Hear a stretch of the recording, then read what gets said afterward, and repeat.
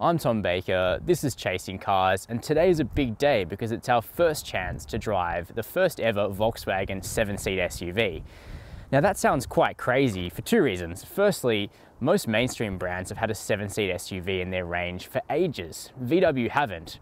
But what about the Atlas, you might be thinking if you're watching from overseas? Well, we don't get the full-size Atlas here in Australia, so this Tiguan Allspace 7-seater is the first really full-size family car that Volkswagen have given us here. Now, you'll notice that this is a very similar car to the 5-seat Tiguan that's been out for about 2 years here in Australia. But there are some key differences with the Allspace: a longer wheelbase, a different window line, some additional chrome detailing, and also this chamfered bonnet line, which is a little bit of a point of difference for you to pick out this car on the road. The Allspace gets the full fleet of 5 Tiguan motors, 2 diesels, 3 petrols, including this 162 TSI model, which has the old Golf GTI's 2-litre EA888 engine. This particular Tiguan Allspace is an R-Line, so it's dressed up really in its best form aesthetically, and you do have to pay for that. This particular car is about $55,000, but the range opens at just a touch over 40, so it can be quite an affordable family car option. From here in the driver's seat, there's really no clue that you're driving a Tiguan Allspace compared to the standard 5-seat version of this car. The dashboard, all the materials, the seats, it's all the same. It's only when we get further back that you know that this is the 7-seat model. That said, let's have a little overview of what the Tiguan is like up here, because it's been a little while since we drove one of these cars. Now, the first thing you notice is that this is an R-Line, so you get this absolutely lovely leather steering wheel with white stitching and R badging, but the standard steering wheel isn't really something to complain about. Apart from that, you get the nice R-Line seats, but this is actually the same seat as you get in the Highline. Leather, it's available in just black in the R-Line or black or grey in the Highline model. The Comfort line, as standard, comes with nice supportive fabric seats as well, so it's quite a comfortable car to spend time in. The dashboard is angled up and it's quite slabby, so you get this 9.2-inch touchscreen, but as standard, the Tiguan comes with the 8-inch version of the screen. They're both pretty good. You get Apple CarPlay and Android Auto as standard, navigation across the range as well. Now, material quality in the Volkswagen Tiguan is actually a bit of a mixed bag, and that's a surprise when you're talking about VWs, because usually the interiors are very plush. Up here, it's nice and soft, that's good, but down here and also on the doors, it's actually quite scratchy and a little bit unwelcoming. This car's cousin, the Skoda Kodiaq, is definitely a step up in terms of premium materials inside, if that's something that you care about. But what you can't complain about is the storage on offer. There's a nice big tray ahead of the gear shifter where you'll find 2 USB ports and a place to store your phone, a huge cup holder section with adjustable drink holders, and a big central box under an adjustable armrest as well. And now we start getting to the business end of the Tiguan Allspace. And here in the second row, it starts well with long doors. They're quite a bit longer than the standard Tiguan that open nice and wide. The roof line's high, so you can lean in to fit a baby seat easily.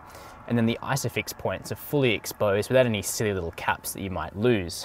Close this back door. You get that nice solid German thunk, even though this car is actually made in Mexico. And you'll find that the room back here certainly looks very generous. Same nice black leather seats, they're relatively supportive. And in the Allspace, if you go for the Highline, they're actually heated on the outboard seats too. Plus you get a USB port, air vents and a 12-volt socket, all very nice. However, what you need to realize is that these seats are actually in their furthest back position. So this is how you'd use the Allspace if you only had 5 people in the car.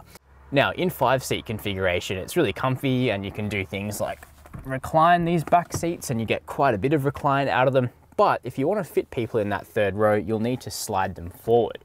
Now, in the middle setting, you can see that for me at 6 foot, I've got enough legroom. Headroom's also okay regardless. But if you wanted to maximize the space in the back, well, for me, I can't actually slide the seat all the way forward because there's just not enough room.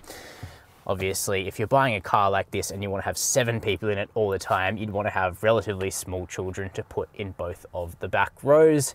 If you've got taller teenagers, you'll need to go to the dealership, try it out for size and see whether it works for you. Still, I think we need to jump in the back and see how much room there really is in the third row of a Tiguan Allspace.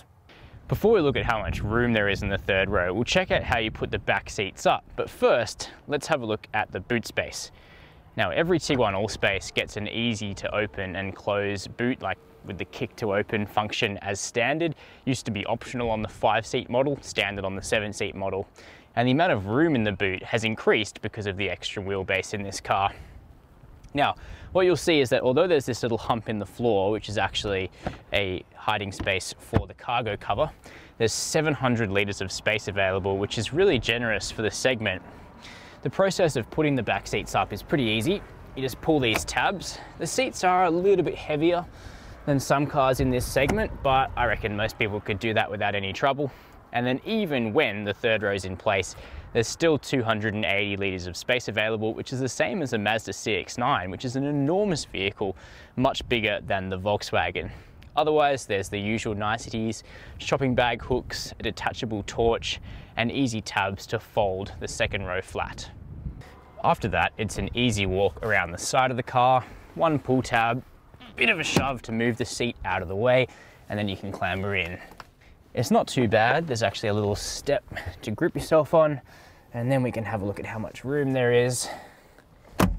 This is that second row in their middle position I was talking about before, and you can see that for me as a 6-foot adult, I've got just enough leg space, but my head is touching the roof back here. It's obviously designed for smaller kids than me, but I'd recommend taking your family along to try out the size of the Tiguan. And if you're looking for something that's a little bit bigger in the third row, the Skoda Kodiaq or the new Hyundai Santa Fe both have a little bit more room here for third row passengers. What's good about the Tiguan Allspace though is that it has curtain airbags to cover everyone in the car, which isn't actually something you can take for granted in this segment. It won't surprise you to learn that there are not major or fundamental differences to the way that the Tiguan Allspace drives compared to the 5-seat version of this car. There are a few things, but because these vehicles were conceived and engineered at exactly the same time, even though the Allspace has only reached the market 2 years later, there aren't those really big differences, and behind the wheel it feels pretty much identical. That starts from the fact that the Allspace range is comprised of the same 5 engines we're familiar with from the normal Tiguan. So there are 3 petrols, a 110 kilowatt front-wheel drive version, a 132 kilowatt all-wheel drive version, and this 162 kilowatt all-wheel drive. And the diesel range, there's a 110 kilowatt and 140 kilowatt, both with 4Motion all-wheel drive. And each of these engines feels quite distinct and different from the driver's seat.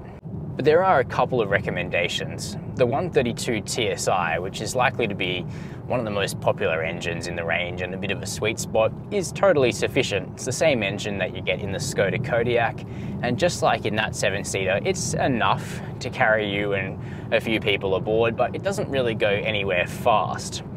Among the diesels, the 140 TDI feels really good in the Tiguan Allspace. 400 Newton meters of torque is what you'll really want if you've got lots of bodies in the back of this vehicle, and it's also nice and fuel efficient. I found it was about 20% more fuel efficient than the 132 TSI.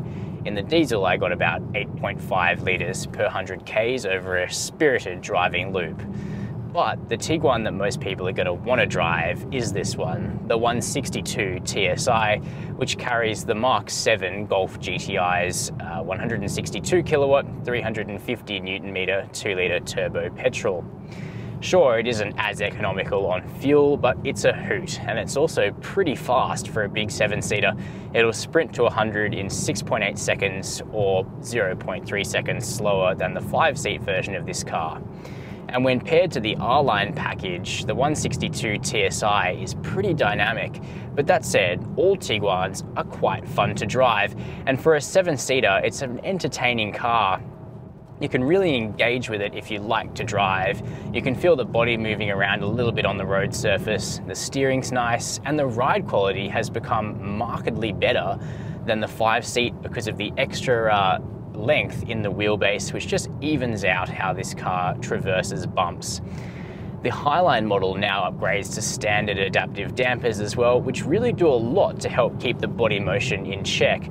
And I think I'd recommend going for a Highline whether or not you tick the R-Line package, because it feels like a really complete, comfortable, refined Volkswagen with all the features that you'd expect. On the Allspace and also on the standard Tiguan line now, more safety features are included as standard. You get high-speed AEB that works up to 250 kilometers per hour, lane keep assist, and a couple of other key technologies are already there without ticking an option box. But you'll need to tick the driver assistance package on the comfort line if you want adaptive cruise control, blind spot monitoring, and rear cross traffic alert, all features that are standard on the Highline like we're driving now.